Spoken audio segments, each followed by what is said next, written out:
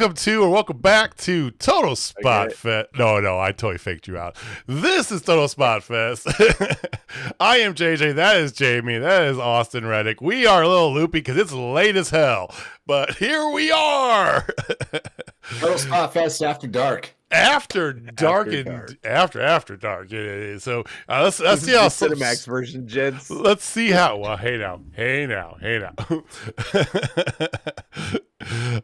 Let's see how spicy we can get. No, but thank you. This is Total Spot Fest. Keeping up with our word. Half hour after Dynamite ish. Or Collision, maybe? I don't know. No, we had a lot of wrestling to get to tonight, and we're going to get right to it. Gentlemen, how are you doing this wonderful evening? Let me ask you that to start off with. Tired after being sports entertained for 4 hours. I mean, we were entertained. I will definitely say that, but I'm just glad to be back in the great state of Missouri after having to get out of Oklahoma City relatively pretty damn quick because there's some tornadoes going on when we were there, so that was fun. That sounds like Oklahoma City. Fun times. Fun times. Yeah. Final anecdote. I don't know if I've ever told you this, but so my dad, I think it was when I was like real young, right? When they were living in Wisconsin, they had a call. My dad's a pastor. He had a call to Oklahoma City, and they weren't really feeling it, and he was telling the church he was declining basically. And one of the reasons is just like, we just don't like, because we understand, two young kids, get a lot of tornadoes in that area. Well, no, not too much tornadoes. Literally a week later, the church got hit with a tornado. Karma. So hey, man, I'm glad you made it back in one piece. I'm glad everybody here is safe and dry. Austin almost got rained out. Not really, but got an entire year's worth of rain in 24 hours yesterday. But crazy. But nothing too bad. Just kind of wet, but not. Yep. I guess some parts of Wichita got flooded, but not us, so we're all right. Well, that is springtime weather in the Midwest, and in with that winds, it blows in a wonderful long night of AEW wrestling. We're just going to get right to it. Now, I do want to just take a minute to notice the irony of us talking about and going to be singing some praises for a 4-hour wrestling show when we often criticize another promotion for having a weekly 3-hour show.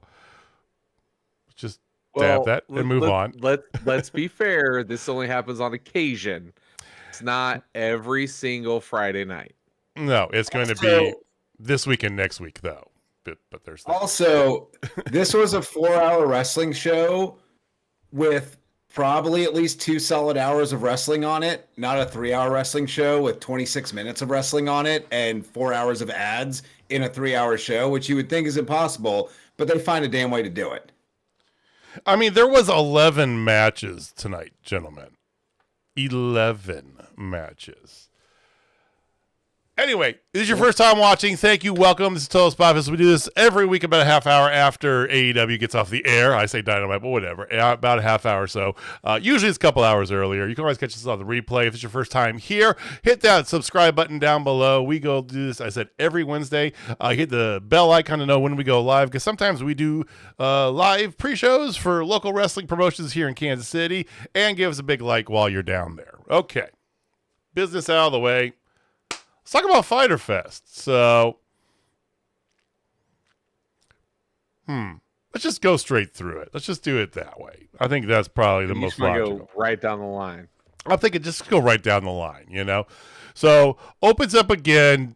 They're dishing hard on really selling us, which they don't have to, but really selling us and digging deeper into the whole eventuality of your 3 main people, right?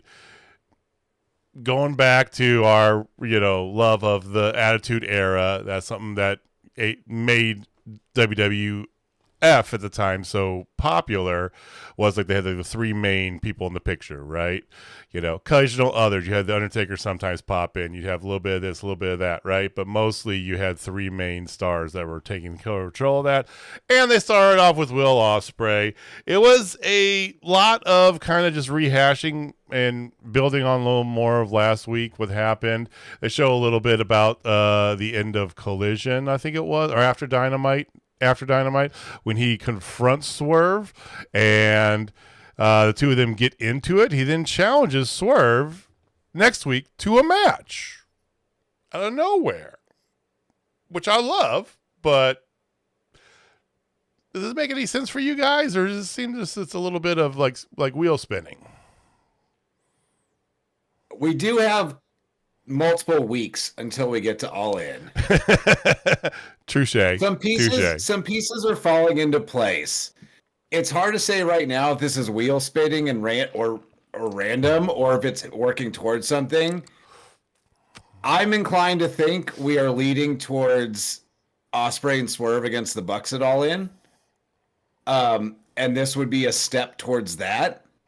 But either way, we're getting Ospreay and Swerve on TV next week, and I don't care how you get there. I'm there.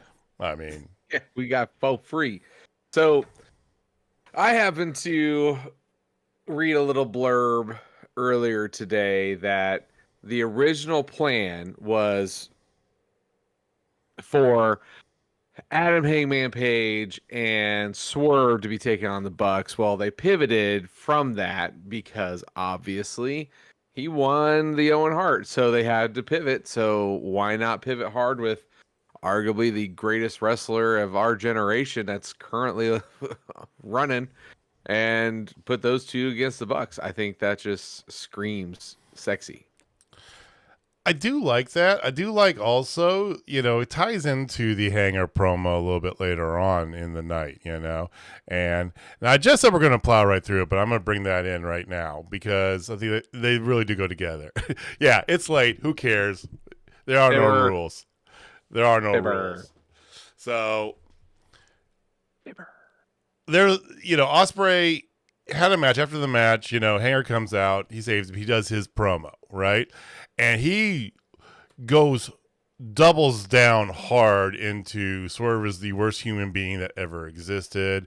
And, you know, and I get that. I feel like, Jamie, I think like you're right in the sense that the plan is for the two of these versus the Bucks at All In, right? You're not going to not have the Bucks at All In.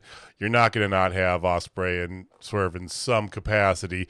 And you've already got a bunch of big marquees announced, including one tonight, for All In. So I like even more than this entry promo, because again, it doesn't bother me one bit that we're getting Swerve Ospreay, but I like even more the fact that Hanger is just tripling down, as is Swerve, about how much they hate the other man. I love that. Keep the fire going for eternity, as they should. Right? See, I see it slightly differently. Okay. When Hanger cut that promo, and he explicitly made a promise. He does not want, nor will he ever accept Swerve's help. He's going to be a liar at All In. I think this is building to Swerve coming out with Ospreay to help fight off the Death Riders when Adam Hangman Page wins that belt.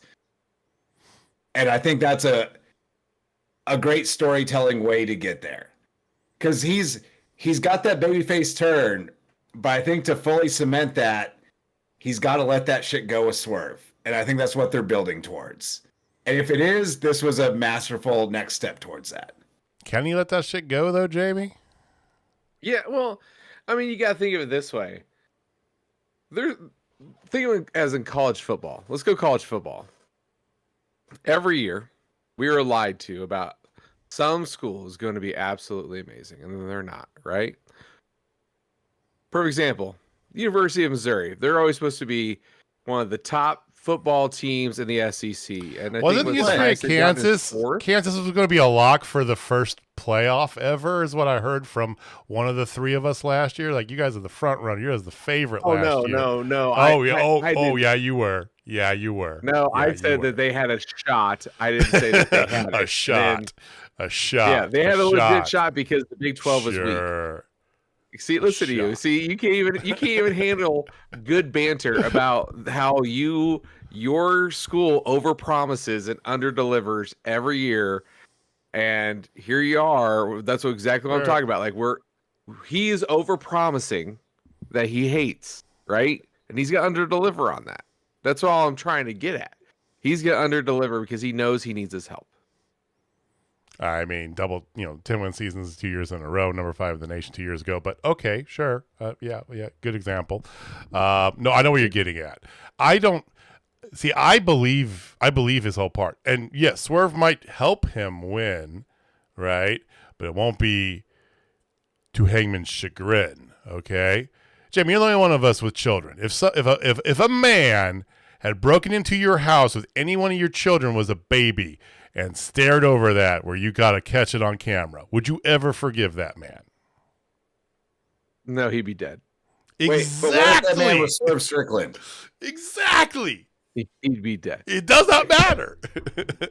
And that's the point. That's the realism I like that they're giving to Hanger in this make-believe world, right? But if he might be happy, but then he'll see that Swerve was there, and he'll see Swerve's help, and he won't be happy with that. And there's your next feud right immediately going into All Out, wherever. Who cares?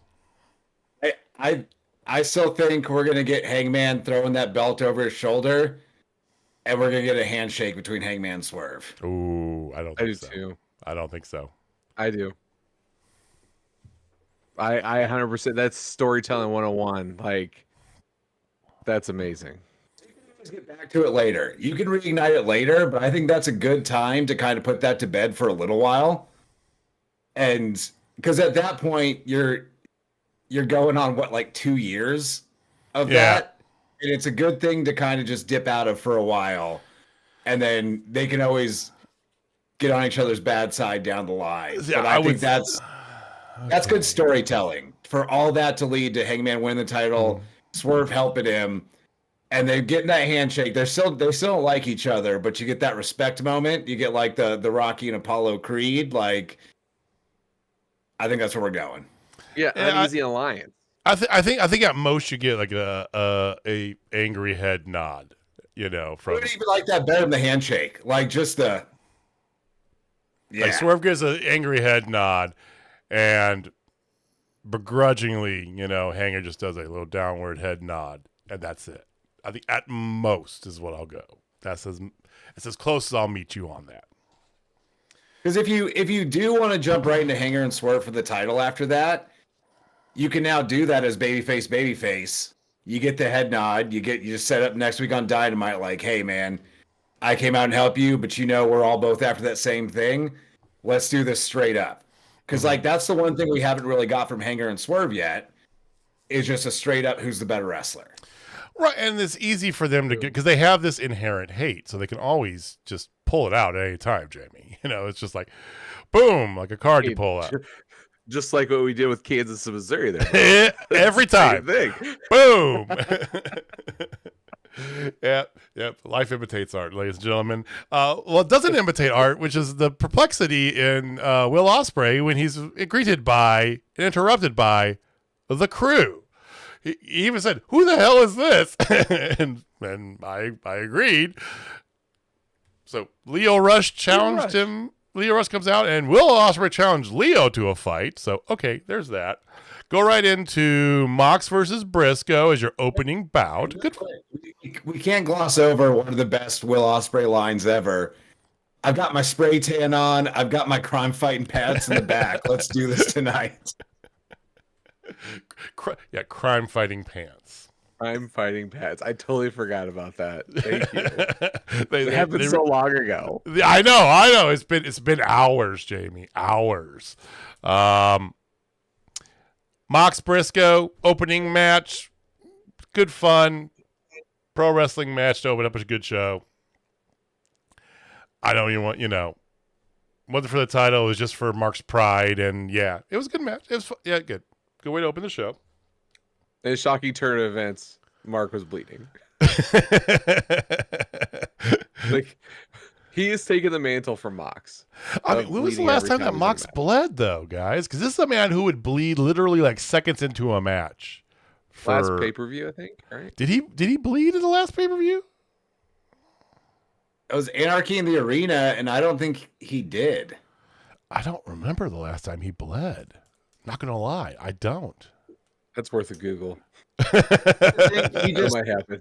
He went heel, and he's like, "I'm taking the blood away, not giving it to the people." Okay. Classic heel move. Classic heel move. Mox chokes out Briscoe again. And there's that, But again, good fun way to start the show. And I like it. A good singles match by your champion, even though whatever, So you have that. And then you pivot right into half of the women's division. So Mercedes Moné out on commentary. No, actually out to eat a steak and drink wine at ringside. Which was art. I loved it so much. I mean, the steak was overcooked, but still, fantastic. It was like, medium to well. It was done. It was well done. That thing was all brown. Well, you saw when Tony cut it, bit into it, you saw some pink, which made me happy. So maybe the faintest medium of wells. So you did have Tony Storm and Mina Shirakawa taking on Julia Hart and Sky Blue, because apparently we're back in 50-50 booking world, which honestly I don't mind him getting a lot, because you have a big show like this, 4 hours, putting a lot of women out there. You could have given us 3 matches, but whatever, I digress. Mina and Tony are just the combo dancing just gets me every time. I don't know. It's Tony's dance almost reminds me of Christopher Daniels' Curry Man dance. And I can see that. No, I can too. Yeah. It's so close. Spicy, tastes great. So great. Yeah, but no, this is a good entertaining matches. Crowd was really into it, as any Tony Storm match generally is, right? I think it's a good spot too, because you did have Julia and they work together well. You're not going to elevate any one of them as an individual star. To have them job a little bit here is totally fine with me as well too. I figure once you get into eventually having a women's tag team, they're a good one to have in the mix, along with a bunch of other, people you've kind of put into semi-tag teams. So yeah, good women's match. Tony and Mira, of course, do get the win. I appreciated that Mercedes was on commentary, but wasn't actually on commentary. Yeah, didn't want to hear her talk, did you? Talking's just not her strong suit. And I'm hoping they keep the gimmick going, because they advertise next week she's going to be on commentary for Tony versus Julia one-on-one, and I hope it's the same thing. Like, her headset just doesn't work for whatever reason, and she's just out there.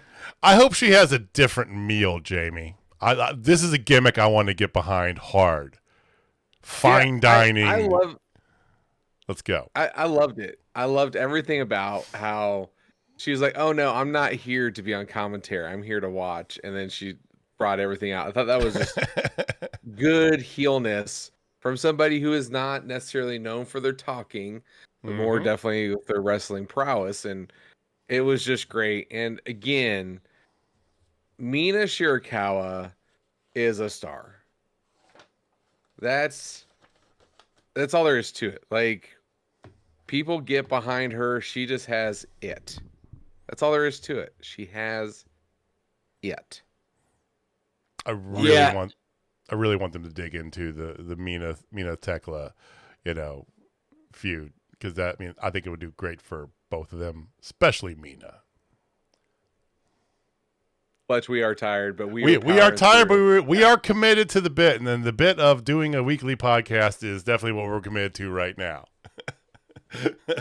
I feel like those women's tag titles got to be coming sooner rather than later, because they've got too many women on the roster with nothing to do, and they've been pairing them up. So I feel like it's coming. I mean, you got Mega Bang and Penelope, right? You got Julia and Sky Blue, right? There's always Willow and Statlander, who that you can throw in the mix there.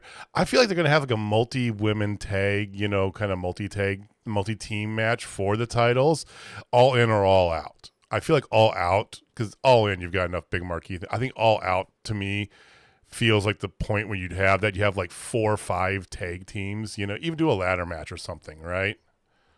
See, I think all in makes more sense because you've got both singles titles in the same match. So, I agree. Got some tag titles there. Sure, Jamie. Yeah, I could see them doing their usual, hey, we're going to do a tournament. Or, they'll give it some like 85 word name. And we'll probably get some Stardom in there. Hell, we might even get some Chokio Joshi Pro in there. Get a little CMLL in there, yeah. Yeah, like just have this big ass women's tournament that all culminates it all out in Toronto. So Fletch agrees with Austin on this as all in. Either one, I think that's coming up soon here. So I say all out. OUT. I'm going all out. That's whatever. We're going to get him soon here. So anyway, it's always good, like I said, see Tony on our TV. And then quick little Ospreay promo interrupt. It's really an MJF promo. And again, inserting himself into this title picture, which I know Austin doesn't like, but I dig it. I feel like he's the heel in mixing this iced tea of 3 baby faces. So I'm all for this. And I think that every little bit he gets to kind of interject himself, be it Swerve, be it Hanger, which he's done quite a lot, or Ospreay, I am all for. Yeah, to me, it just seems like he's saying he's going after the title, but he's not showing it. Like, he even mentioned himself, like, he's got to start wrestling occasionally. And it sounds like we're going to get him in Mystico before too long. And just like Fletch just said in the chat, he isn't that guy anymore. I don't see him as that guy anymore. Now, they could build him back up. Like, you can get there. But every time he talks about going after that title, like, bro, you've been back for 9 months now, and you've been nowhere near that title. Like, you weren't even in the Owen to go after it. If you were that concerned with getting your BBB back, why didn't you just get the Owen and try? Like, that's work. It's not connecting for me. MJF is looking for that shortest distance between 2 points, 100%. Right? That's why he's in the syndicate, Jamie. Yeah, So here's the thing. It would not take hardly anything to heat MJF back up. We all know this.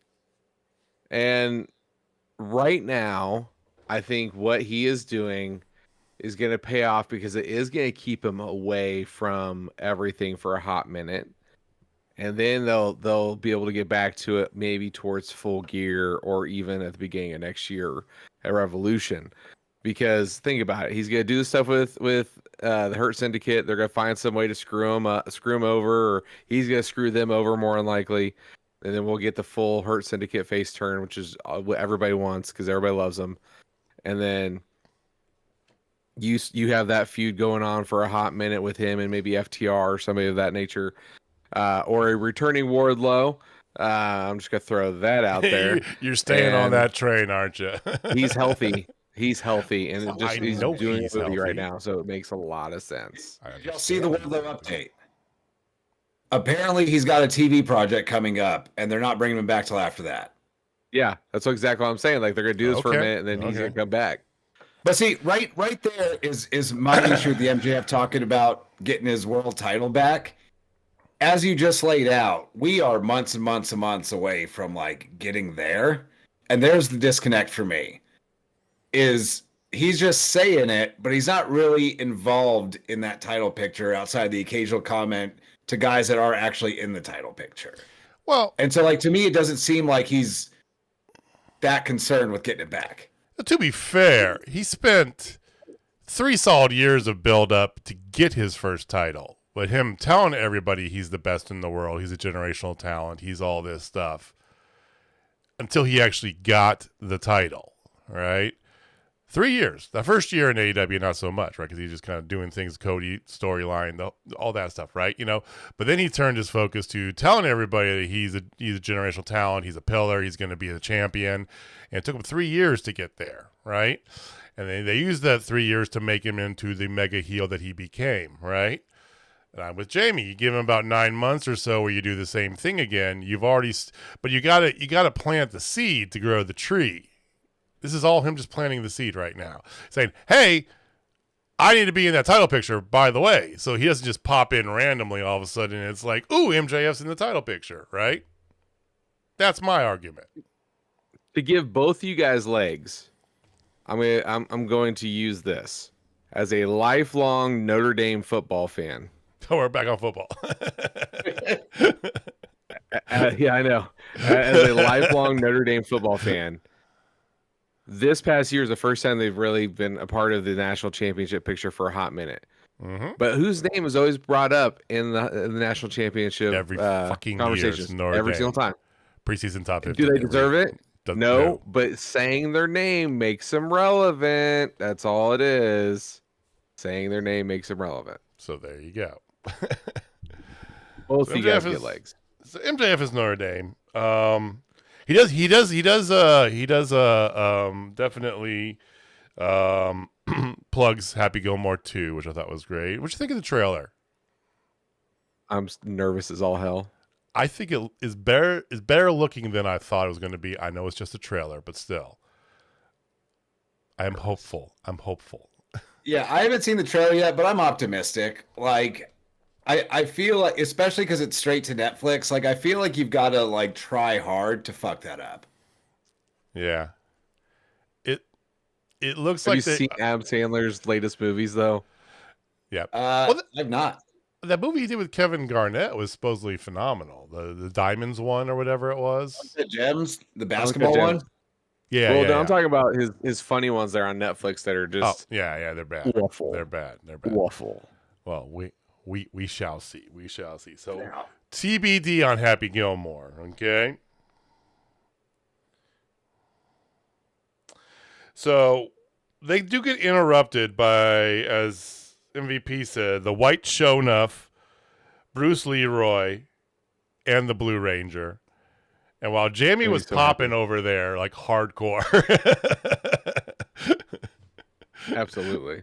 we said White Shonuff, and I'm just like, oh shit.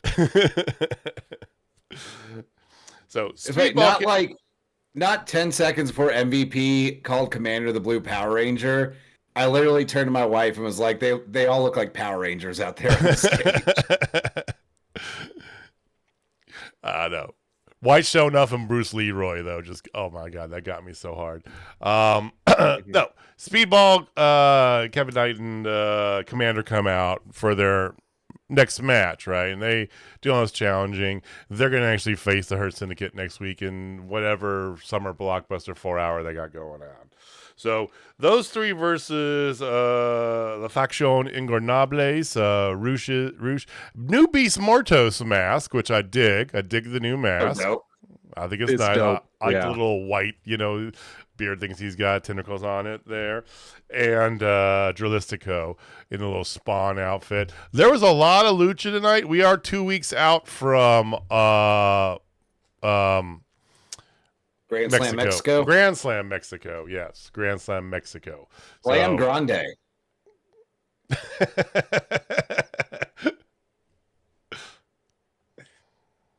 Perfect. That doesn't work for me, brother. Slam Grande. I'm not going to call it that. Rouge could use a title run, but Rouge also has, I don't know. Rouge in like old ROH, he had a different presence about him, Here he feels like, I don't know. He's got the talent to be the top guy. Stop it. He has the talent to be a top guy, but I don't know, something's not clicking for me with Rouge. I don't know what it is, man. And I love me El Toro Blanco, but I think they've just repackaged him so many times in the same thing, right? They had him as, tried to bring him in by himself, but then he got overshadowed by Andrade immediately. And then they tried to put him like as Andrade's understudy, and then that didn't. And Andrade left, and then we're gonna repackage, and he's got, Preston Vance now for some reason as his like young boy, and then I just pick a lane and choose it because the man has the skills to be a top dude. I don't know. You forgot to mention that LFI was with Jake Roberts for like 2 weeks. Oh yeah, because that made sense. I'm on vacation. I was into that when Jake Roberts first came out. I was like, all right, this is different. This is cool. Why the and fuck? then, like, man couldn't speak too much Spanish. I think after that, Roosh had like visa issues. I think that's been the problem with Roosh is every time they start putting something behind him, something happens. No, we are not. This is not a meme we're continuing, Fletch. I refuse. I am not reading those comments. So match was good fun though. This is actually one of my favorite matches. Luchadors. I was with these luchadors for like 3 days, and then I got high and I don't remember anything, and then I started doing DDP yoga again. For as terrible as your Bruce Pritchard is, your Jake Roberts is phenomenal. This is solid Jake Roberts impersonation. This is one of my favorite matches of the night, not gonna lie. There was a lot of lucha on tonight's show, ladies and gentlemen. I liked it. What'd you guys think about the lucha? This was your match of the night, really? I mean, I was trying to think of what was up there. Number 4 for me. I like the main, the four-way match. Oh god, the four-way match was so good though. I would probably say this one, honestly. Even though I love the four-way match, I think that this one was probably my favorite match of the night. Because there's just a lot of flippy spinny shit. I mean, but the four-way did too. I know, that's why I'm saying it's hard to split them. Yeah, the first four-way. The second four-way. The second half of the show very much suffered from the crowd being a little burnt out. A lot. Mm-hmm. I felt like overall, this was clearly booked as a 2-hour episode of Dynamite, followed by a 2-hour episode of Collision, rather than 1 4-hour show. So you kind of got like all your bigger names out there earlier. And then the last 2 hours was just an episode of Collision. We still got some great stuff on there. But I think that took the crowd out of it a little bit. Well, let's dive into that, okay? So Speedball, Kevin Knight, Commander, they get the win. You have a quick Paragon, Daniel Garcia promos, and they challenge they're going to team up because they want to fight the Don Callis family, right? Okay. Then you have a Christian Cage Patriarchy promo where he somewhat congratulates Nick Wayne on going to Japan, although he doesn't win, so he's disappointed in him. And books a match for him, but it's a 4-way match for his world title, which Nick Wayne thought was good because the last match he booked was a pushover match. So, okay. And then you get a Platinum Max Caster Open Challenge. And my God. So, Max Caster pulls out this is a petition. And he hands it to the ref to sign. Which, by the way, I love the fact that the camera angle was off the ramp, so we got the commentators right in front of us. Because there's at least twice I saw tonight where where Taz and now my brain just stopped. I don't even remember the fucking commentators. Bonnie or Excalibur? Where Excalibur and Taz just were like laughing so hard they were both just taking themselves off the mic. You could see it all like real time, which I thought was great. Okay, so Caster has a 5-minute challenge and answered by Powerhouse Hobbs, who you're like, yep, he's fucked, and he was. No one's shocked. I gotta say, Max Caster is doing one of the best jobs in pro wrestling right now of cashing the easiest paycheck week to week. Yes. He comes out, he does his shtick that is super over with the crowd, and then he wrestles for about 90 seconds. I mean, that crowd nailed his stupid ass chant. And he's like, that's terrible, guys. That's terrible. It's such a good bit, and it can go on endlessly. Like, I don't think people ever get tired of Max Caster coming out and say he's the greatest wrestler alive and getting squashed in 90 seconds. Yeah. It's such a good bit, and it's such a good change of pace from like the rest of what AEW typically offers. It's very classic, like old school pro wrestling. Well, where this fit in too, because you had the 6-man, which was fantastic, lots of lucha stuff, quick little promos, and then you had this, your palate cleanser, because your main for basically your main for the first half of the show, for Dynamite's half, was the 4-way for the international title. So glorious. It was Kenny Omega, Brody King, Claudio Castagnoli, and Mascara Dorado. Oh my God. Let's just, first of all, I do like how Kenny pulls out the Final Fantasy music, not just for pay-per-views, but for title matches. Okay, cool. I like the continuity there. Yeah, this match was fantastic. Just flat out. Yeah, it delivered exactly what you would have expected out of these four in a ring. And I love like all the different styles in there too. Like there's just this is what your international title should be about. 4 men from 4 different countries bawling out. Like that's all there was. Like easily match of the night. I think any other answer is incorrect because this match had everything. You had your flippy spinny. You had your strong style. You had technical wrestling. You had everything and anything you want other than a lion tamer. It was absolutely phenomenal. And can we just keep giving Brody King all the flowers? Seriously. Like that's all there is to it. Brody gets busted over.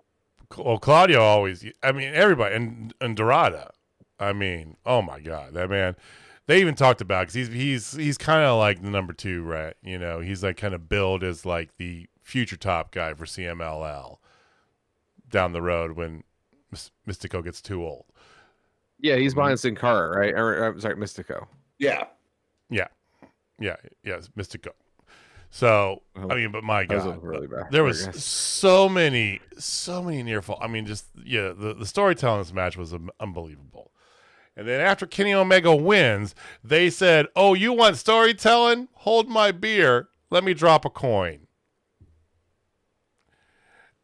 Out comes Okada. Jamie changes his pants, and they go at it. I missed the coin drop, and I'm hot about it because like I was watching on Max, and Max had Dynamite and Collision as 2 separate streams. Oh, so as soon as the 4-way ended, you got this event has ended on Max, and you had to back out, go to the main menu, and then start up Collision. And by the time I started up Collision, Okada's already in the ring staring down Kenny Omega. Oh, that's brutal. I do got to give them props, though. The speed at which they switched the little cover on the announce table from Dynamite to Collision, by the time I popped it back up, which was like 45 seconds later, it said Collision on the announce table. So way to go, ring crew. And this was the point about the whole evening. And to be fair, this is the way you end. This would have been perfectly fantastic Dynamite had you had it by itself, right? End with this. What you want, Jamie? The 2 of them literally going to blows, pulling off near finishers, and then Okada running away like a little bitch. And just in case you were on the fence about buying all in, just the 5th chapter, not the final chapter, the 5th chapter in this book of Okada versus Kenny fucking Omega is going to be written at All In. Like, let's go. They announced before the main event of Collision or the whole night, whatever, right? For the final match, we'll just say it that way, of the night. The final match. Toy-Con special announcement, winner take all. like I think all of us predicted, I'm giving us all a stamp for this one here. It's time. Yeah, it's time to combine those titles. Yes. Combine them belts. So one's international, one's continental. Do they call it the Inter-Continental? I think they just No, go it's international. gonna be the Continental title. What do they call it the global? Well, if they call it the Condé Nast title, like it comes with a magazine subscription, you know, put a little palm tree on the front. They're gonna call it the Slam Grande title. Slam Grande. Slam Grande. Yes. I hate you guys so much. That's so good.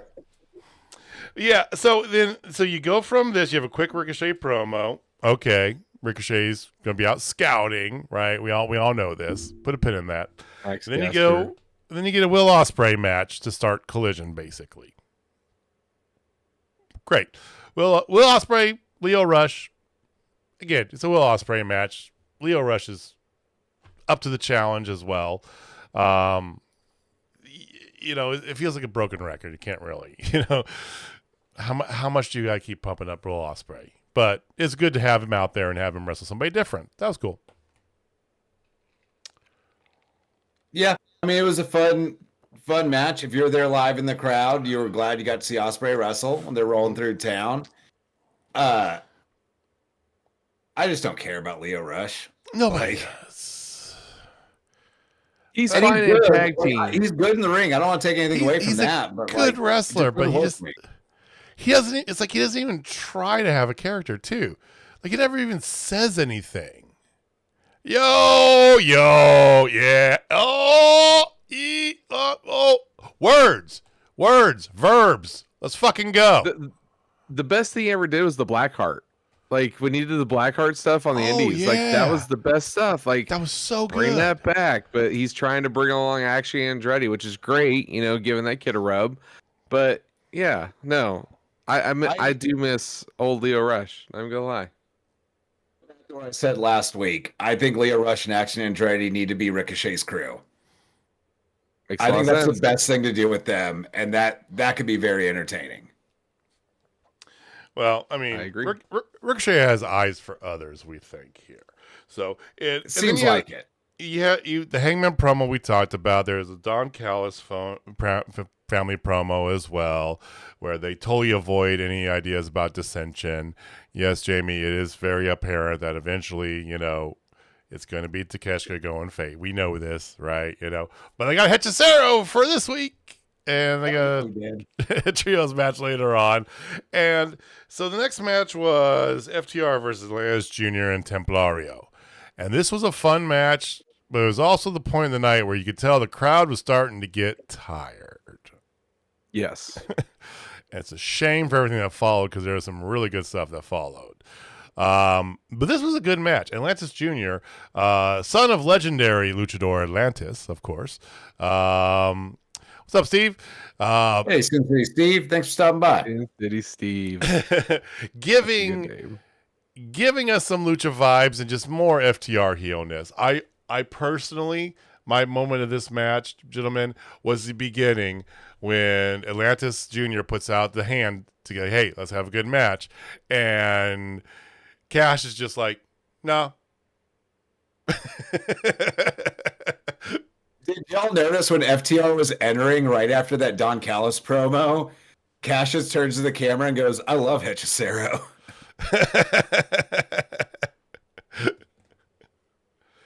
They're so much fun. And He that's was cracking me up all night. Like Dax was great. Dax was great too. Like Dax, somebody in the crowd after the match, like laying down on the thing. Dude, like, he was come talking on. shit, so he's like, okay, clowning come everybody pin me. right Let's go. now. Oh my god. This match ended exactly how you're expecting. Like, come on now. Yep. Come I on, like man. how they've said multiple times about FTR being AEW's winningest tag team, though. Just throwing that out there. Yeah. Sooner rather than later, they need to like get to the point with FTR though, because as our man Fletch pointed out in chat earlier, the MVP promo earlier killed the tag division, where you said this is where the best wrestle, where are all the great tag teams at, and nobody showed up. And it kind of runs to your problem with the tag division. You've got technically heels as champions, and your other top teams are all heels. And it doesn't seem like any of the actual tag teams are interacting with each other. So let's fix that.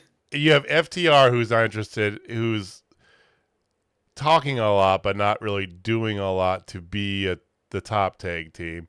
And then you've got the Bucks, who are not interested in the tag team division really at all, story-wise. For now. Yes, I hear you for now, but still, it's just, yeah.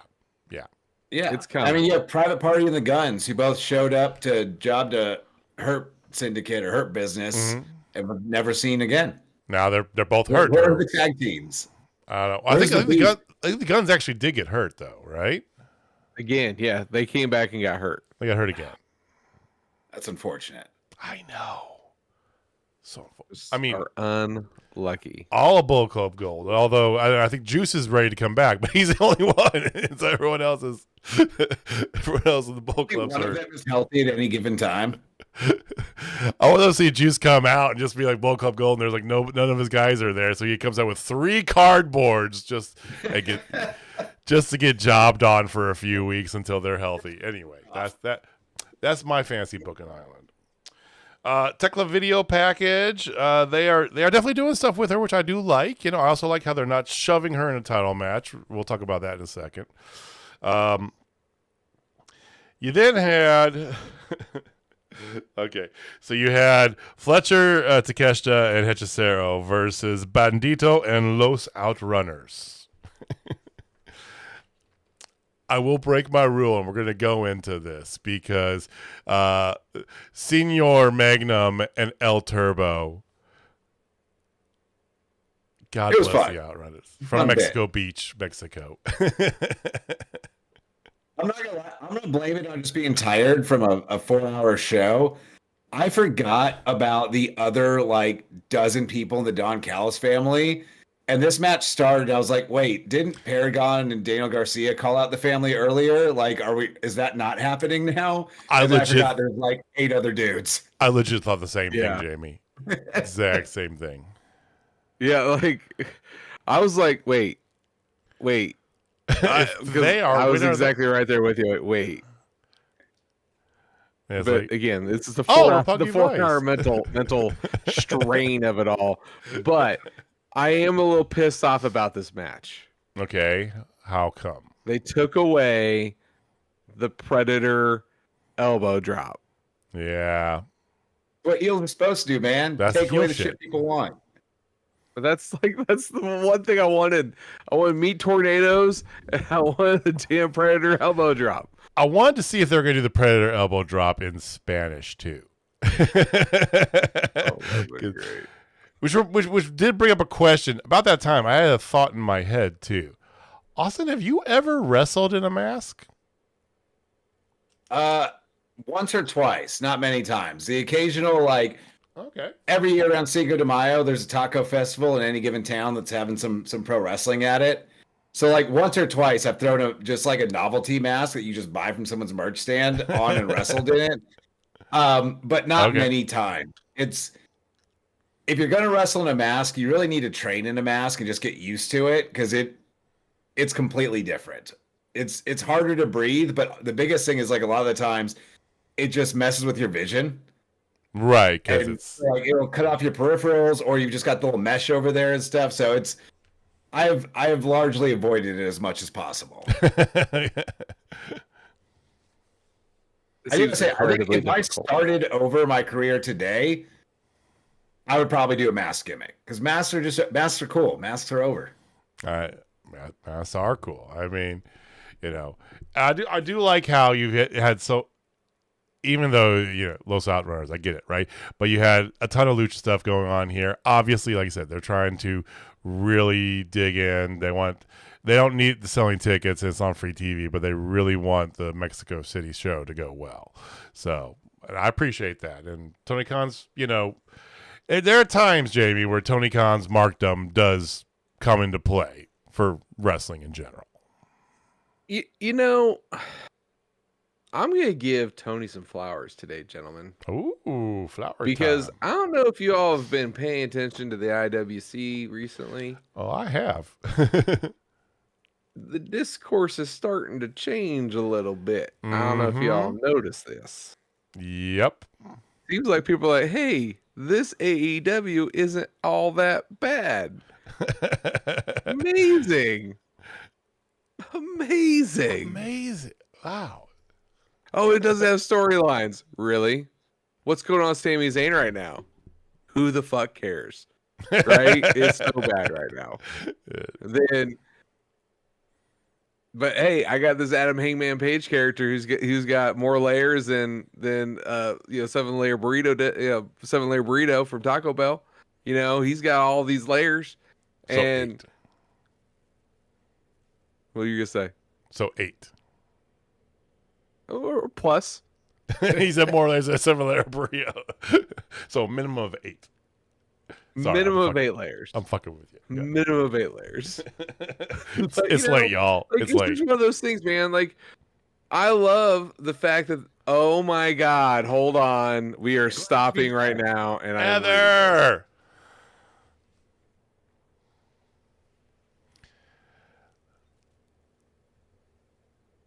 Yeah, good seeing the chat, Heather. Hope you're recovering. Ladies and gentlemen, this is our mod, Heather the librarian. Our good friend She is- Heather. Been going through hell and back, but now it looks like hopefully it's on a downward end. She's seeing the light at the end of the tunnel here, and that's great. Yes, we'll have to figure out getting you a mask or something. We need to get her a shirt and mail her a shirt. Yeah, we're gonna hook you up. At minimum. We get you a J Money Club shirt. It's totally cool. Girl, we already know her and I have already had the same thoughts and everything for years now. So she's more FWO than J Money. That's why I've heard. That's why I'd be the perfect stab in the back, perfect turn, man. Out of nowhere, boom. The one you least suspect. I hate you. I hate you so much. No, but it's fantastic to see you, Heather. We're glad progress is going on there, and yeah,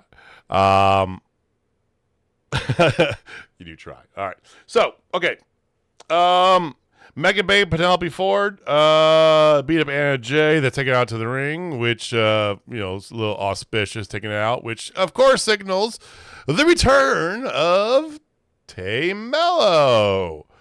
So you got Tay J back talking about tag teams. Here's another one. Like I said earlier, they're pairing women up. Like it seems like the wheels are turning for a tag team division, which they should be. So like, I know. Now I always thought the biggest. And for the record, hold on.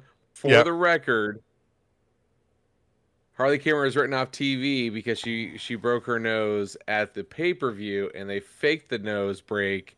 Saw that. On Wednesday, which I called. I said that shit was fake. You called it fake, but she actually did break her nose. That's interesting. That was But not on that show. That was fake blood. But she really did break her nose. Yeah. It's not really when we thought. done. But the funniest part of this, I saw people on the internet being like, Penelope is such a pro. She made sure not to hit Harley in the face because she had gotten hurt. But like they even replayed the end of that match and just clearly showed her with it on that clothesline, the Doomsday device. And like, don't replay that on TV. They showed the worst angle too. They showed at least the angle the angle they showed last week was actually you could mask it a little, but they showed the reverse angle and it was like, ooh. Which, hey, safety being first. right here. I get it, but still. So all right, Tay Mello return. Not the biggest of names necessarily, but what'd you guys think? I thought cool. I was good with it. I liked what Tay was doing, especially some of the stuff she's doing with Anna Jay. So I'm good with this. What do you think? I think this, as much as anything else on the show, suffered from being 3 hours and 30 minutes into a 4-hour show. Oh, absolutely. Yeah. I mean, Agreed. Just you could tell like the crowd wasn't super into it, but I don't think it was so much that they weren't happy to see Tay Mello come back because like AEW Original was there for a long time. Just like it was kind of quiet for it, and you want a bigger pop for that return. Yeah. Agreed. I'm with you. I am with you there. It did signify there was actually 3 whole couples that featured on the show tonight, because you had Roddy and Marina were both on the show, one open, one closed. You had Tay Mello and Sammy, and then of course you had Julia and Lee Johnson. So I found that interesting, but throw that out there. You forgot about one Kyle Fletcher and his significant other. Kyle Fletcher Sky and Blue. Sky Blue. Nah, Takeshita is his. Yeah, we did not see Yuka Sakazaki. We didn't see Yuka. No Yuka. There was not Yuka. No, I was saying Takeshita is Kyle Fletcher's significant other. Have y'all not been keeping up with this on the internet? Oh, okay. So it's no longer Sky Blue. It's okay. Touche. I don't know if y'all saw on Twitter, like all the memes. Like one of them was Kyle Fletcher versus Yuka with Takeshita, like custody of Takeshita. Like ever since they announced their marriage, it's been like a running gag. It's been hilarious. Okay. No, I have not caught that. For some reason, Twitter just been stupid lately. Like, it doesn't even show it just showed me like a bunch of random crap anymore. I don't know. He just got healthy. We talked about it. But the rest of the Juice is the only one that's actually healthy. The rest of the Bullet Club Gold is all gone, injured. So again, which sucks. again. All right. Anthony Bowen's promo challenges Kyle Fletcher. That is going to happen next week. It's Pride of Wrestling month. Okay. It's just Pride Month, period. It's Pride month, so cool. But he's the Pride of Wrestling. I get it. They have some Pride of Wrestling month. That's what he said, not me. He. Ricochet joins commentary for the ROH TV title, where you got Nick Wayne, Sammy Guevara, Lee Johnson, the aforementioned, and AR Fox. Sammy Guevara. Oh, excuse me. Right. So Ricochet's out scouting, obviously, Lee Johnson with who had Blake Christian in his corner, right? I like that idea better than the Crew, Austin, for Ricochet's henchmen. Not me. Me either. Like, I think Ricochet with largely ineffective henchmen is hilarious and good TV. I don't think I like Lee Johnson and Blake Christian. I don't know if they'll necessarily get elevated by being with Ricochet. Like, they'll get featured, they'll be on more. But I think just the way Ricochet's heel work and his just character is right now, having him have Leo Rush and Action Andretti as his backup is just hilarious to me in like the most entertaining on TV way. I'm with you in a part. Just the way they framed the Crew, right? Yes, you put the 2 little guys out there. I get it, the funniness of that, right?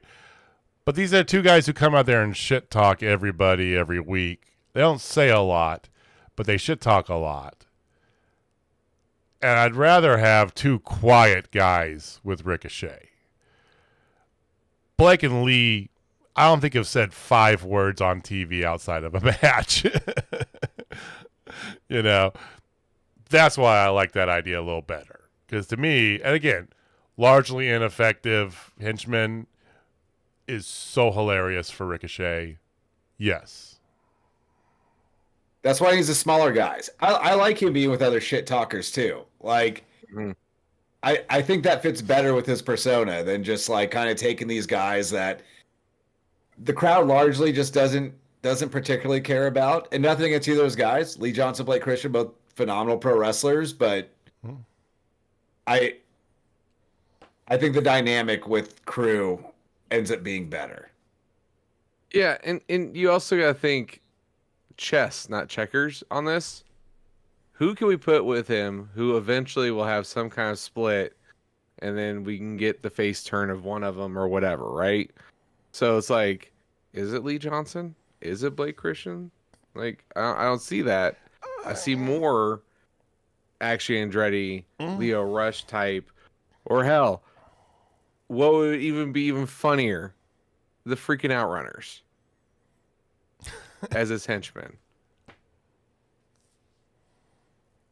Just two bumbling idiots, so to speak. You know, even though they're not, I love them. But you know what I'm saying. See, but, to do that, you got to turn the I'm with Outriders you. heel, and I think Yeah, that takes away. That's a big stretch. I get the point that Jamie's making, though. I hear you. I don't know. I feel like, you know, and while I don't disagree with the thought of them doing it, I just don't.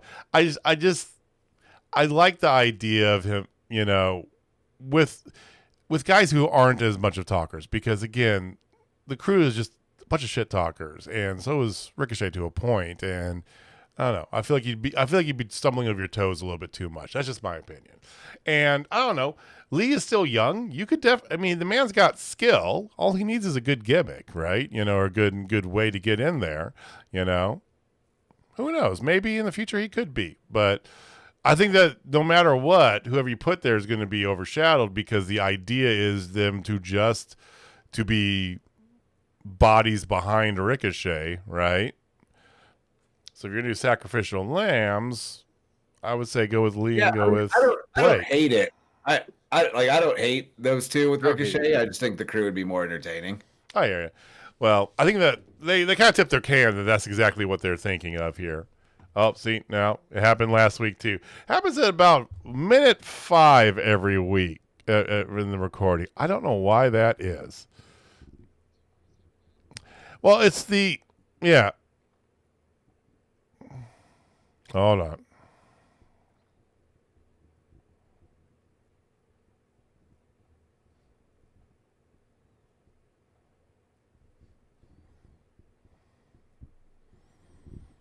It's coming back. Hold on. We're here. We're still here. Give us a second.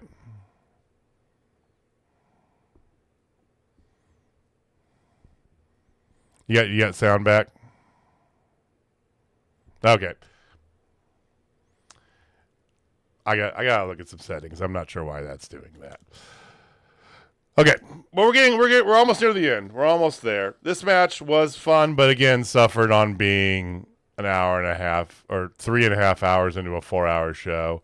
And the next match really bummed me where they put it, because it really suffered. Not only being where it was, but being after a 4-way match. Really?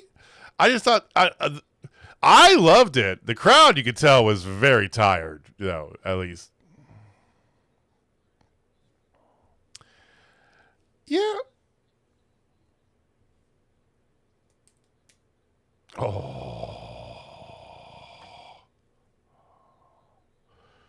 it's so good. It's so good.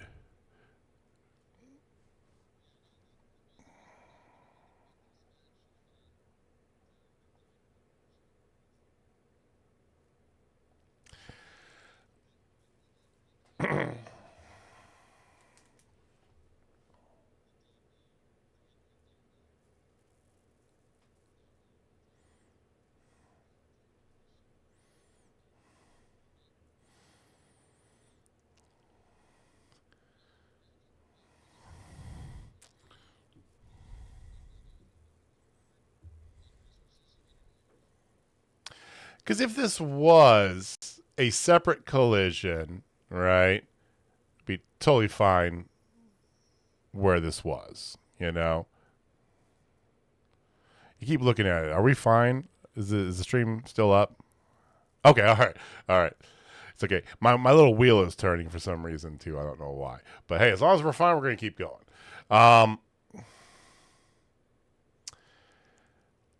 I loved it. You know, I'm trying to be like, you know, not super fanboy out, but I do like what they're doing with Thekla by, again, I talked about this earlier.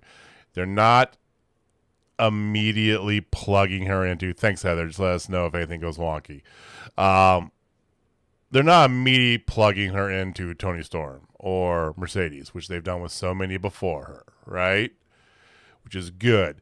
Do this. This is kind of like the old recipe, right? You take somebody, you have them come in, they beat up on some people that you somewhat recognize, right? You get them in some little quick little feuds with, you know, mid-carders on the thing, build momentum, showing what they can do, and Queen Aminata is the one that they're going to have her do this first with. Next week, they got a match with her. I think it's good. They showed a little bit of her repertoire, some of her, because she does a shitload of ridiculous submissions, Jamie. I know that you love.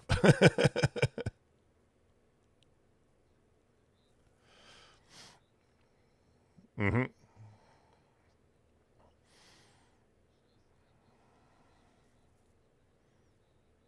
Mm-hmm. Oh, yeah.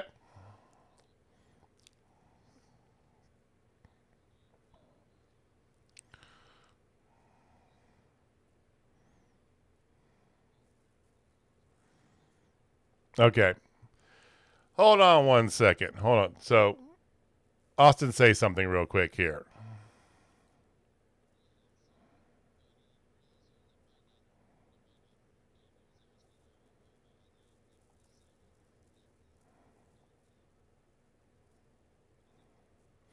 Yeah. So my sound's only one, and I got a bug here. So everybody, hang tight for 1 second. I'm gonna try. Hopefully this doesn't break everything here, but if it does, we'll be back in just a minute. Hold tight here.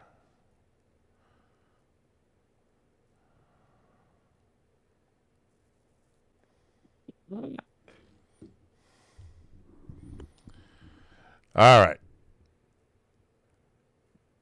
So I had to force quit it and reopen it.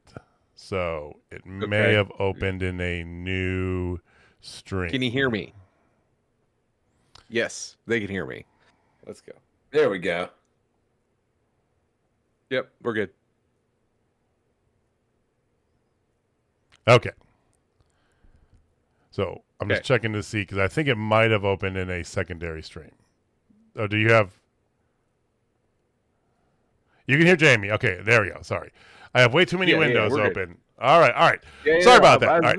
So, so Jamie, so Jamie was retorting to what I said about the Thekla's thing. That if you don't have a good idea, I could take it from here. You don't have to Well, I don't know if you remember where we were. It's late at night. You're Dude, I in got bed by now. Memory. So basically, what I was saying is like the entire world is not. They don't know who Thekla is, right? Other than the people who have followed Stardom. And what I was asking you guys was, how do you feel about their packaging of her? How do you feel her debut was, and what do you feel like the impact is going to be for her character based off of what she showed? And obviously with Queen Aminata coming up next week, which I like. Hopefully that will be in the first half. But yeah, what do you guys think of the Thekla presentation? Austin, go. So for me, I'm excited about her and Queen Aminata next week. I like Queen Aminata. I'd like to see her get used more. I think this was a bit of a misstep, not following up on her attacking Jamie Hayter last week. Like, you don't have to get right to her and Hayter, but Hayter should have been making that save. Like, let's continue that. If you're gonna start it, let's keep that rolling a little bit. Okay. I would have liked, as y'all were saying earlier, I like that she's not immediately going into Tony and Mercedes, who are meeting each other in 5 weeks and all in. So like they're otherwise busy. But you haven't done much with Queen Aminata in a while since you had her a little rub with Mariah May.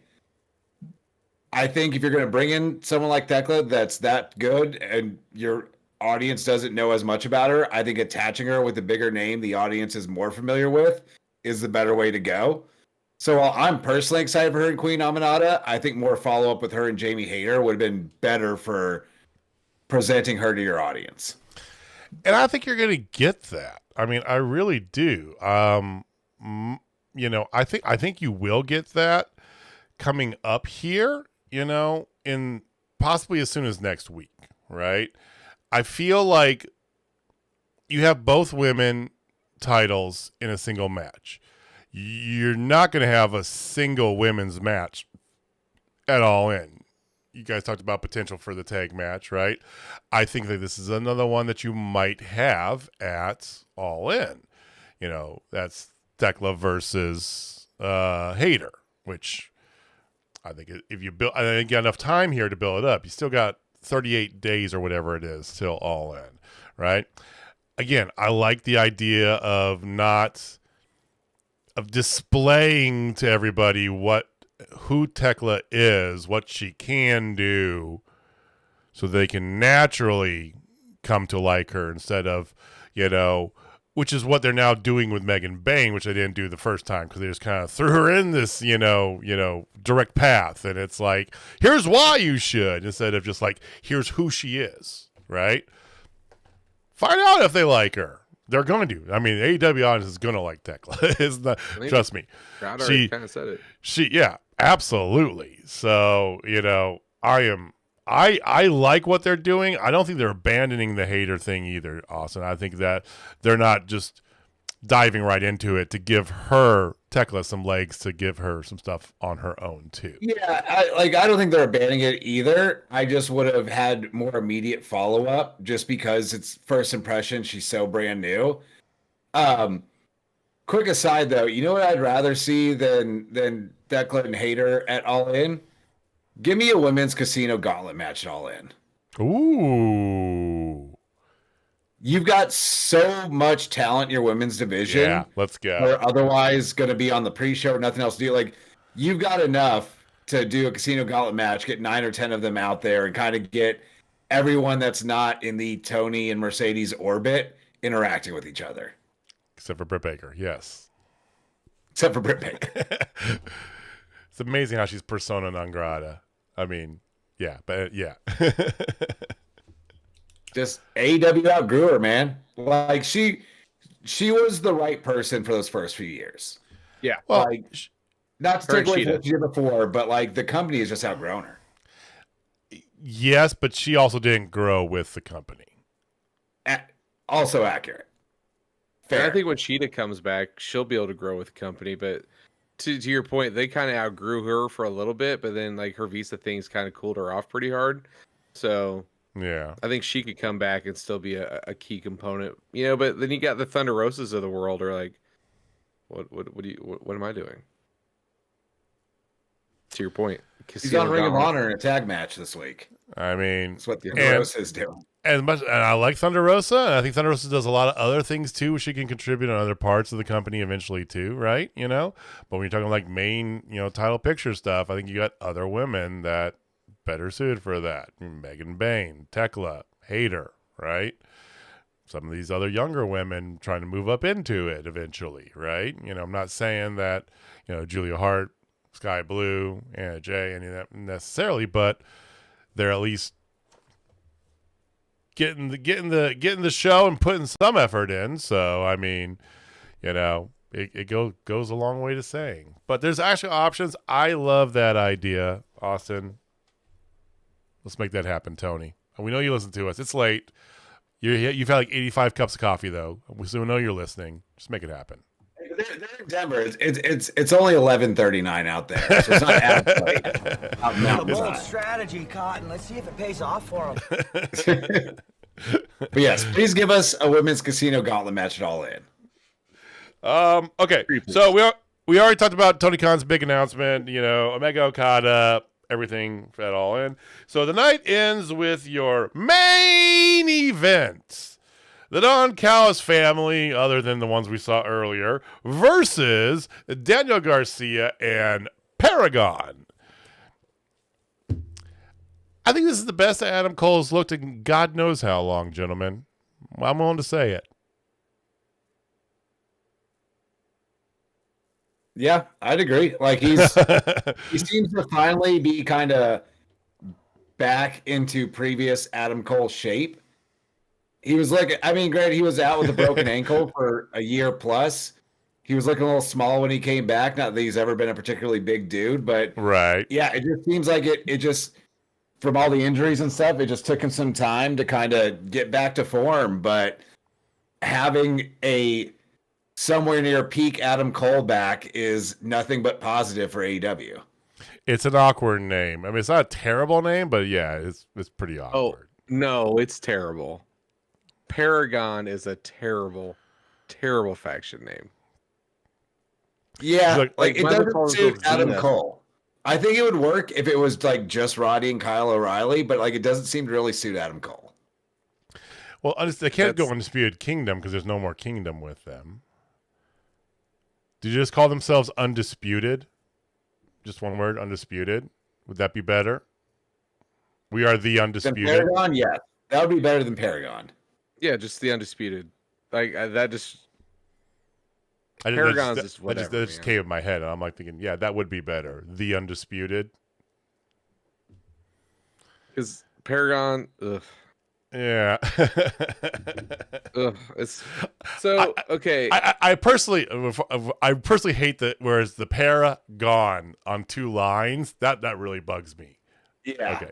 All right. not Sorry, the best Jamie. word. Well, Go. I know what's gone is my care for this faction. And gentlemen, like I know it was 3 hours and 50 minutes, and yes, it still ran long, which what the fuck. But I mean I was on fumes watching this thing, and I'm just Mills. like, okay, Adam Cole looks decent. Funny. I don't care anymore. Like I was so done. Like the fact that it ran long and like it wasn't anything that had any stakes to it. Like if they ended the night with that 4-way for the international championship, then yes. Like that would have had me hook, line, and sinker. I would have been in because it's building up to this big moment. But they blew their load 2 hours ago, and here I am, just hanging out at fucking 11:33 or 11:15. Like, okay, like Let's take it talk, home, brother. motherfuckers. Like, I got to record. Like, let's go. Like, you got to wrap that up, B. Yeah. I hear you. I hear you That's there. good though. Like It the was match a good was matchup. good. It's- The match, well, that's the whole point I was trying to make about this back half, really the back third is that it was good. Thekla's match was a very good introduction match. The 4-way for the TV title was actually really good, Los Outrunners is always fun, but it's like, oh my God, I've seen so much wrestling. Yeah, and if a pay-per-view you're prepared for, right? It's like, I am prepared to sit my ass down for the next 4 hours and just be balls to the wall. Let's just go. Let's fucking go, right? On a Wednesday night, though, come on. Well, like Jamie said, there was no stakes in most of the back half. And so like a 4-hour pay-per-view, every match is important. Like there's something on the line or there's a reason they're doing it. The back half of this was just, hey, there's NHL and NBA playoffs, so we can't find another time for Collision this week. So we're just going to put a whole episode of Collision after a whole episode of Dynamite. Even though the game on Stanley Cup was on the other Turner Network tonight, but there's that. Fire game, too. I was watching them both. Well, the good news is, gentlemen, we can do this again next week because we got another 4-hour spectacular, which is ironic when you look at this situation, okay? 4 hours tonight. You've got, what are they calling it? Like Summer Obsession, or I don't even know what the fuck it's called. Summer Blockbuster. Summer Blockbuster next week. And then you have the show that should be 4 hours, the Mexico City show. What are we Well, it is doing? gonna be 4 hours, but they're gonna tape they're They're gonna do 2 hours. they're not going to show them both back to back, basically, is what they're going to do. Well, See, it didn't help. It didn't help because we're doing this show and I was going to watch the whole thing anyway. But since they split Dynamite and Collision on Max, if we were doing the show after, I would have just watched Dynamite tonight and I would have watched Collision on Max like tomorrow or something. yeah.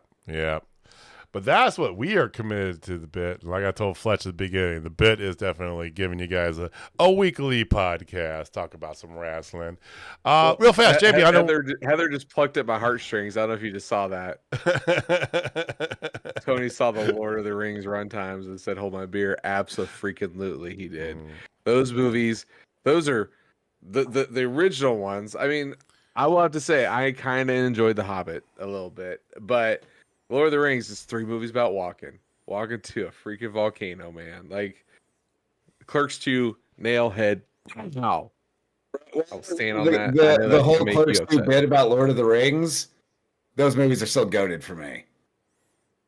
Why not the damn Eagles? It would have been done in 15 minutes. I know it's about the journey. You could shoot holes in almost any fandom like that, JB, right away, right? Of course. Believe me, I know my Star Wars logic is flawed. First of all, Sauron would have seen the Eagles coming. He's a giant eye. Like he sees all that shit. So there's your plot point right there. And you've got when they Nazgul re-released that them in ride theaters- giant flying lizard demons too. They could fight with the Yeah. Eagles. So He's there got you air go. support, man. You gotta be smart about that.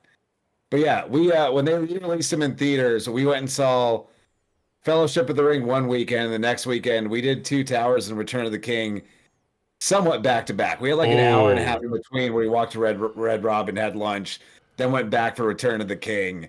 That's and, it all was day in the theater. to see those in theaters again. Yep. It was worth it.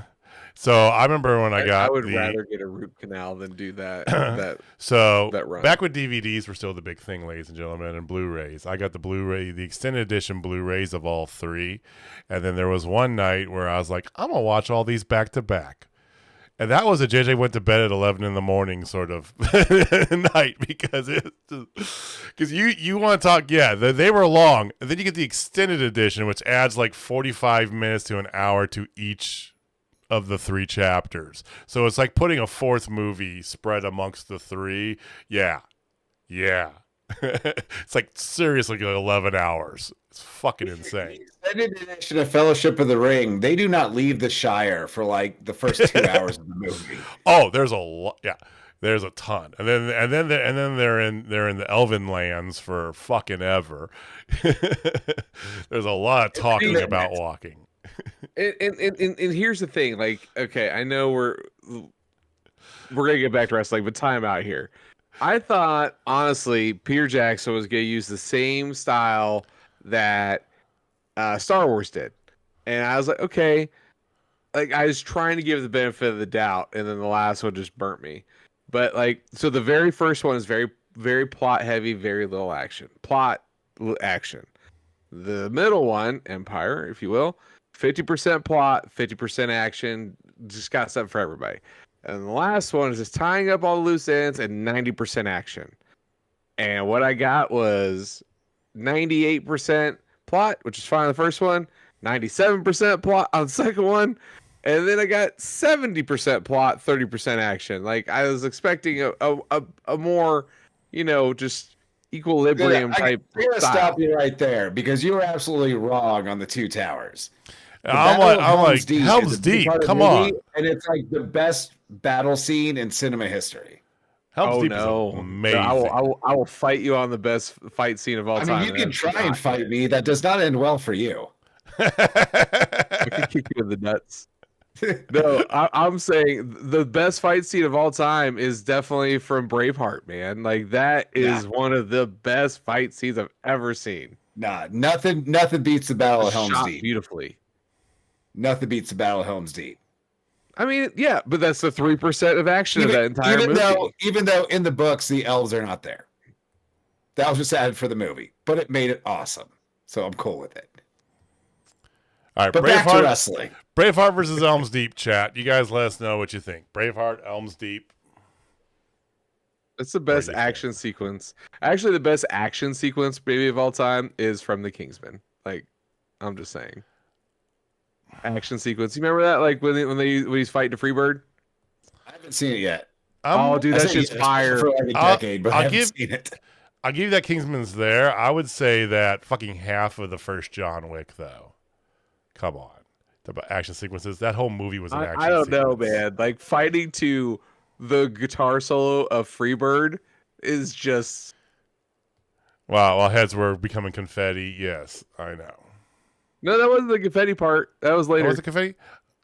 No, Oh, that's no, when he was like yeah. shooting it. They were stabbing. Yeah. You're talking about they were in the Kentucky Chapel, right? Yeah, making fun of the place that's out, based out of like Middle Kansas. I'm not saying their names because I don't want to get sued. Yeah, fuck them. Based Yeah. off of them. Understandable. Yeah, but no. Okay, I know. What so I was thinking about the fight in the bunker, not the. Yeah, I hear. Oh, what the you're saying. bunker seems great too. The church fight. Yeah. All right. Anyway. All right. So outside of AEW, there was some other news and going ons in the wrestling world. What a scuff show this was, ladies and gentlemen. It's fantastic. So it is that time of year yet again. This time of year comes like 4 times a year, but movings and shakings happening in the wrestling world, and has turned into is not just a one-way street anymore, because NXT ended this past week with a surprise appearance of one Mariah May. Glamour. Didn't say her name. They said she's becoming glamour. Well, they didn't say her name. They just said that NXT is becoming a lot more glamorous. They never called her. They're going to give her a different promo name. after. Yeah, they're going to give her a different name. 100%. I know that. Absolutely going to give her a different name. Should they, though? Jessica June. I mean, the answer to should they, to me, is always no. Like, clearly your crowd knows who she is because they popped when she showed up. But they're going to change her name no matter what. It is what it is. Hopefully it's just not something dumb. I know a good part of this, Jamie, is because they own the rights to the name, so they want to have their own name that they can control. I get that, right? Mm-hmm. This is one who they've been clamoring for, and then there's already people calling her, which is fucking stupid, calling her Temu Tiffany, which, first of all, she's much better than Tiffany Stratton. Fight me. Everything. Bring it. Everything. Bring it on. Anybody out there, I'm ready for you. Okay. That is a bold statement, and it is the correct statement. That's all you guys know I'm not a Tiffany fan. A perfectly fine person. I don't think that she's guy. the megastar that they're making her out to be. Whatever. But yeah, literally, like I said, everything you got in Tiffany, you get better from Mariah.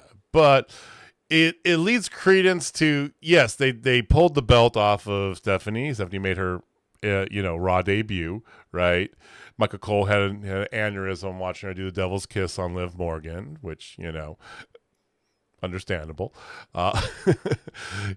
So belts on JC Jane. We all know that's not the end goal. As much as I praise JC, I think she's good talent. I feel like it's a good way to introduce Mariah to your audience. So, yeah, that's what they're doing. Yeah, and Mariah May will be great in WWE. I saw people complaining about her having to go to NXT first, but you literally just brought up Julia, Stephanie Vaquera, and Jordan Grace. Which, by the way, speaking of changing names, you didn't change any of their names, so just call her Mariah May. Just let her be Mariah May. But you've got a bunch of other really talented women on the main roster. I think NXT is a good place for her to kind of get her feet wet in WWE while you just sent all these other women up, do stuff with them, so she doesn't come into just a crowded scene on the main roster. But at the end of the day, good for her. She's long stated that was always her dream. She made it there, and it's always cool when people's dreams come true. So good for Mariah May. Yeah, and it's there's a spot and a place for everybody and everything, And while I know Jamie's sad to see her leave AEW, right? I feel like with everything else AEW has the way that they have going here, I don't say that they're going to miss her, because it's definitely would be nice to still have her available, right? Have her in this mix. But there's a lot of moving pieces on all these things, and WWE does have 2/3 distinct venues for the women to go. So yeah, there's more leg room for her to be in WWE, and I'm fine with all that. And it's where she wants to be, so whatever. And obviously you could have done other things with her in AEW, but her entire run, just being that long story with Tony Storm, was the perfect story for her there. No, I agree. I think her going to WWE makes a lot of sense for everybody. I think it's a win-win across the board. Mhm. Because, Yeah. like I was saying before, the discourse about AEW is changing, and they keep hiring all these people over from there, and they're stars, and they definitely didn't fumble Mariah. They definitely didn't fumble her. No. And she went, where her heart was, and I'm going to still support her no matter where she goes, because I think she's a phenomenal wrestler, and I hope she absolutely just tears it up over there. But it makes me, again, kind of look back at that promo off when Mariah spit in Tony's face, and like Tony goes, "You'll never be a big star. You'll just be living in mediocrity, and you'll be good, but you'll never be great." And like I think she knew that she was going to WWE, and I think that was a bit of a shoot, personally. Oh, it could have been. And let's be Now that we honest, know. we'll see what happens, there has been a lot of people who have been contracts not released, and there's been people whose 30-day, not 90, but 30-day, no compete or whatever is getting close to expiring.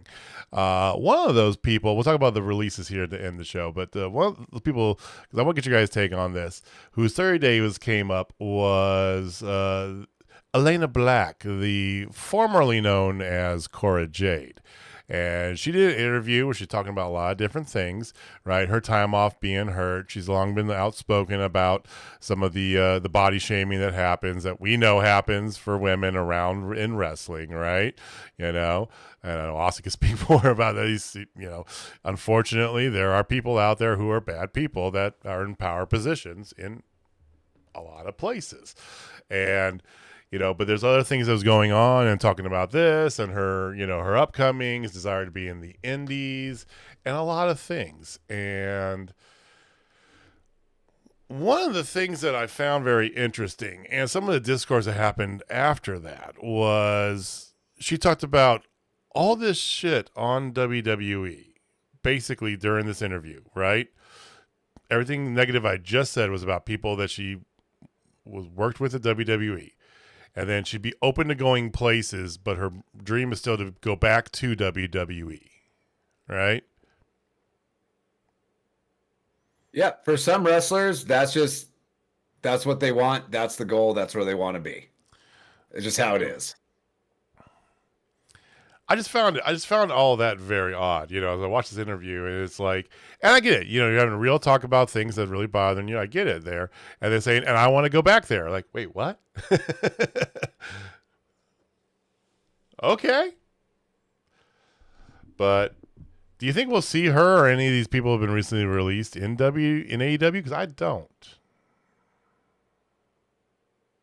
I mean, I don't think there's anyone that they absolutely need or would be huge. Now, if some of those people got released, was it a month or two ago, end up there and there's something cool to do with them, like that's cool. But yeah, I don't think there's anyone that's like, oh, get them to AEW immediately. Like AEW has a stacked roster.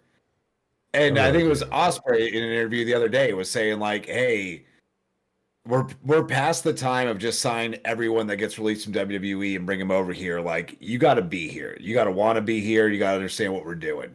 Go cut your teeth on the indies.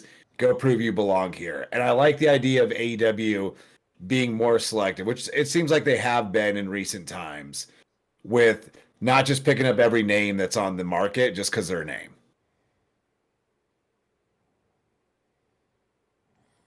Yeah. Now, there was people who announced that their contracts are not going to be renewed by WWE coming up here soon, okay? Either effective immediately or in the next few weeks, whatever it is, okay?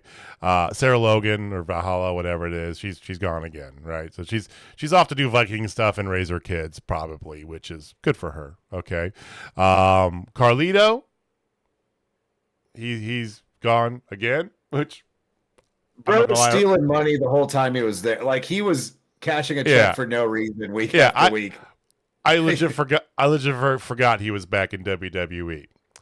And I like Carlito, but they did nothing with him the entire time he was there. Yep. Like I said, I didn't even remember he was still there. But the one that everybody on this day decided, was very surprised by was R-Truth. That shit was kerfuzzling. I don't get it because he's been the heart and soul. The reports are people are pissed. He just had a main event on fucking Saturday Night Main Event.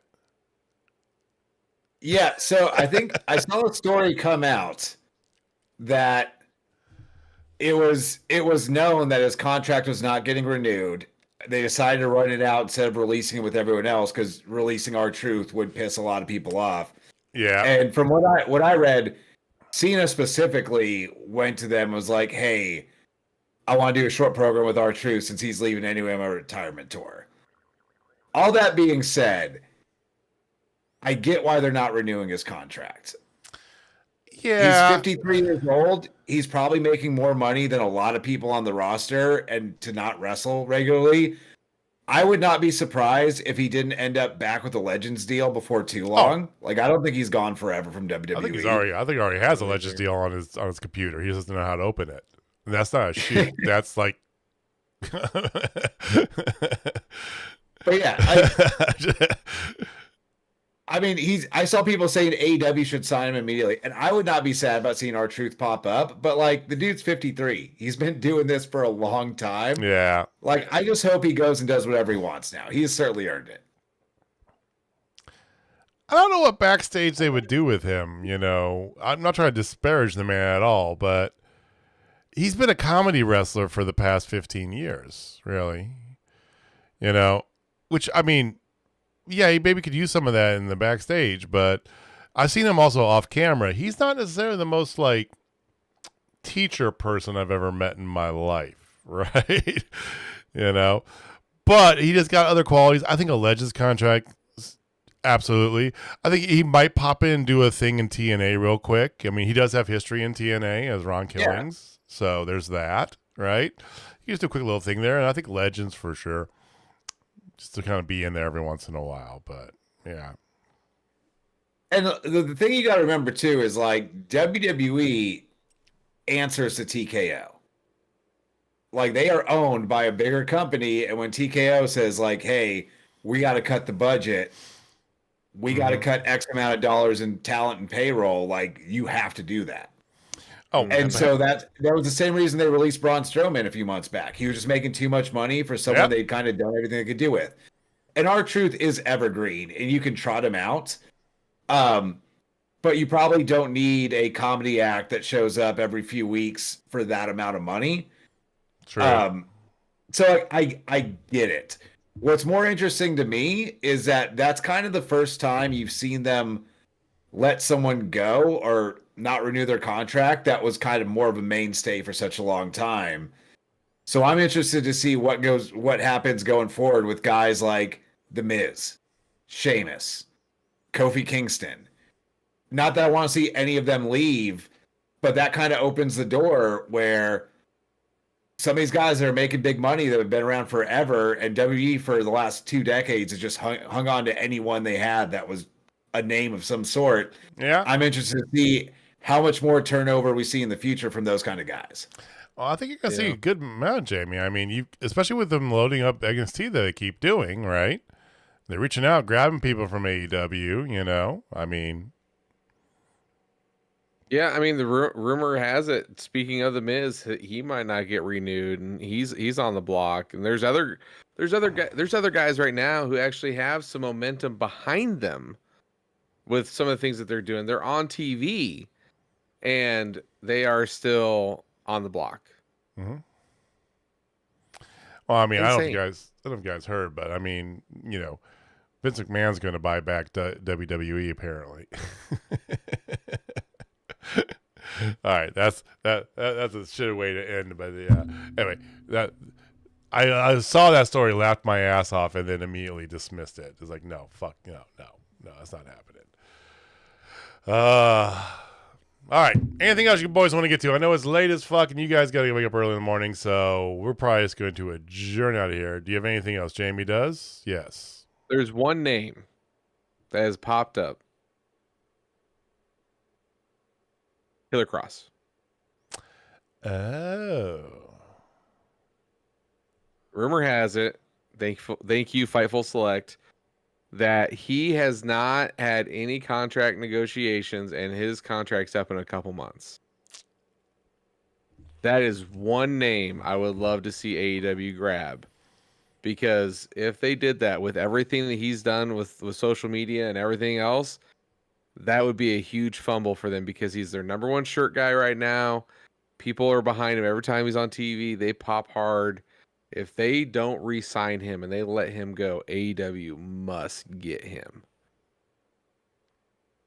What are your thoughts? I think it's a must.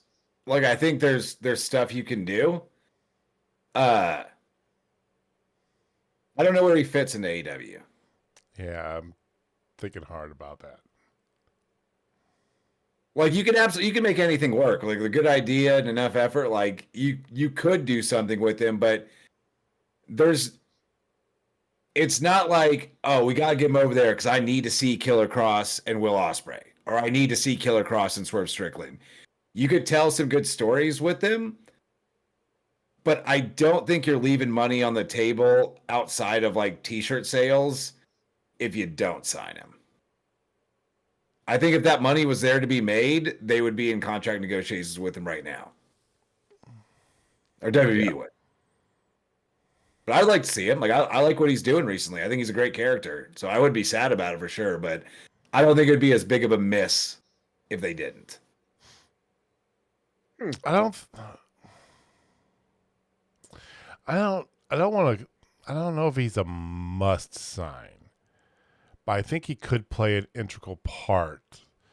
I think the momentum he's built has given him a lot of stock, right?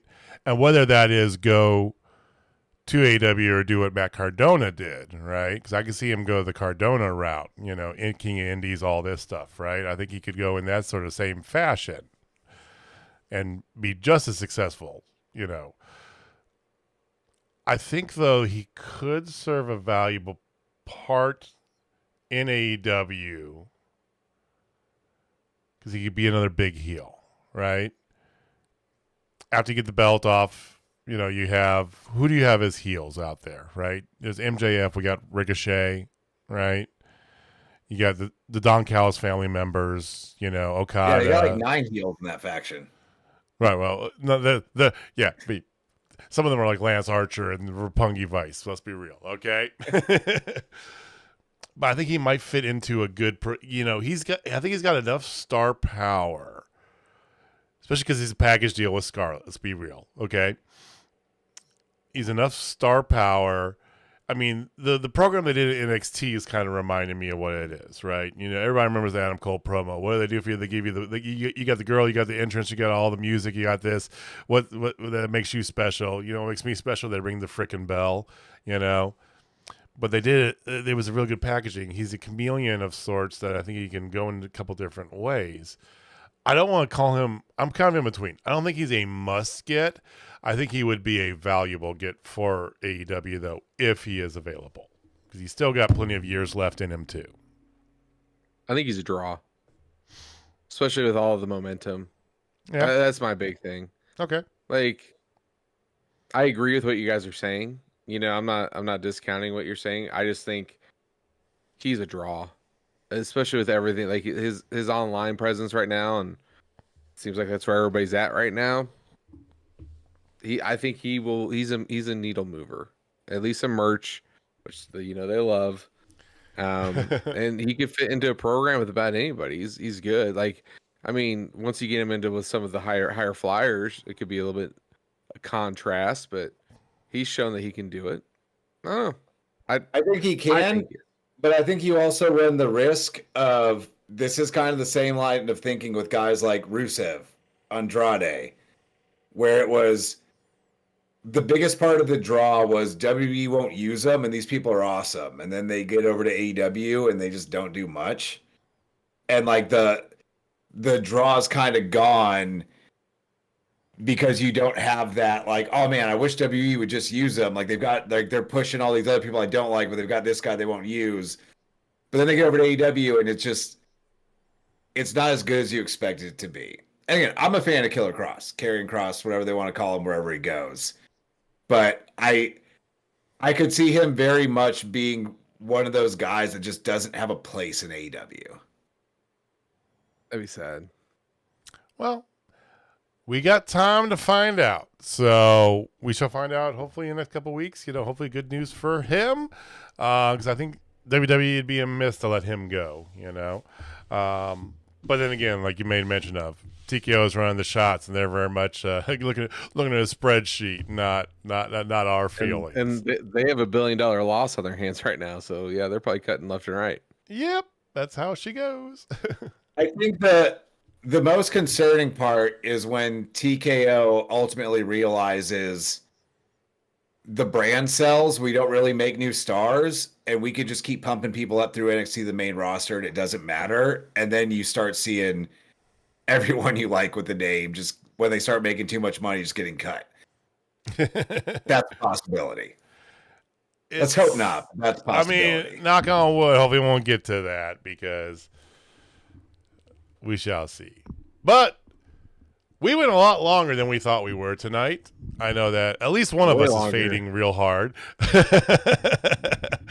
Is that guy? He's got to be up like 3 hours. So we will be back next week again with another late show because Tony Khan hates us apparently. But no, 4 hours next week, and then we're back on a normal schedule usually. But we're here no matter what.